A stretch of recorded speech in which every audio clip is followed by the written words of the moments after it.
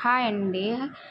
ఈరోజైతే మా స్వామి అయితే ఇప్పుడైతే గుడికైతే వెళ్ళారు. గుడి నుంచి వచ్చేసినాక ఊరైతే వెళ్తారనమాట. ఎందుకంటే పశువు చేనికి ఈ మధ్య మందైతే కొట్టలేదు.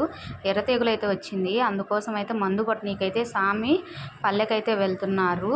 అందుకోసం స్వామి కోసము మేము పెసరట్టు చేసి చట్నీ అయితే చేశాను.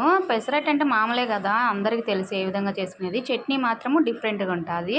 ఎందుకంటే అందరూ పచ్చిమిరపకాయలతో చేస్తారు. నేనైతే ఒట్టిమిరపకాయలతో చేస్తాను. అంటే ఈ చట్నీయే అనమాట. పెసరట్టులోకే అనమాట ఈ చట్నీ చేసేది నేను. నార్మల్ దాంట్లోకి ఇడ్లీలోకి అందుకది తెల్ల చట్నీయే చేస్తాననమాట పచ్చిమిరపకాయలేసి. మా పిల్లోళ్ళకైతే ఈ చట్నీ అయితే చాలా అంటే చాలా ఇష్టంగా తింటారు.